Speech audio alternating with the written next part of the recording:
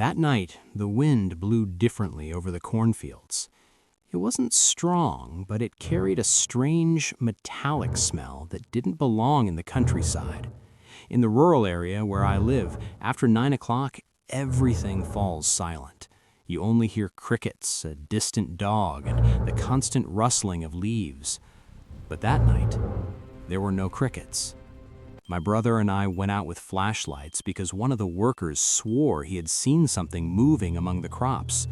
We thought it might be a thief or some large animal. The corn was tall, over 2 meters high, forming dark corridors that seemed to swallow the light. We moved forward carefully, parting the leaves. The air felt colder than usual. Suddenly, we found something strange. Several plants were flattened in a perfect circle, as if something heavy had descended there. "Do you see that?" my brother whispered. At the center of the circle, the soil was disturbed, not as if someone had dug, but as if something had come up from below. I stepped closer first, and then we saw it. It wasn't an animal. It wasn't a person. It was a hunched, thin figure with grayish skin that faintly glowed under the flashlight.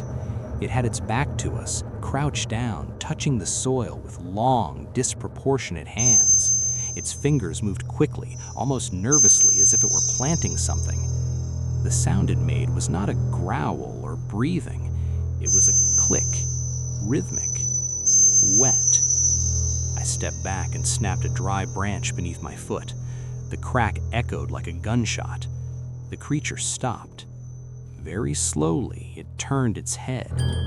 It had no ears, no visible nose, only 2 dark cavities where its eyes should have been, deep and shining as if something moved inside them. It did not blink. It was watching us. I felt my chest tighten. My brother tried to speak, but no sound came out. Then, the figure straightened. It was taller than it had seemed, nearly 2.5 meters. Its body did not move naturally. Its joints bent at wrong angles.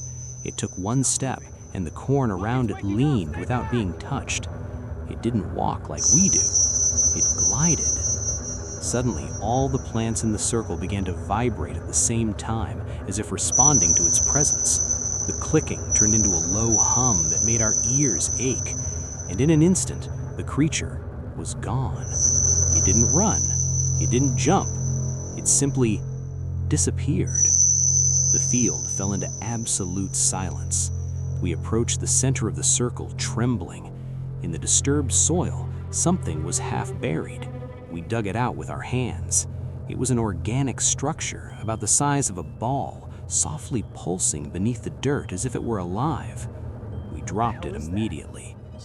The next day, several plants in the crop began to wither, forming strange patterns, lines that made no sense until we saw them from the top of the hill. They weren't random lines. They were symbols. Since that night, no one enters the field after sunset, because what we found there was not human, and we have the unsettling feeling that it didn't come to take something, it came to plant.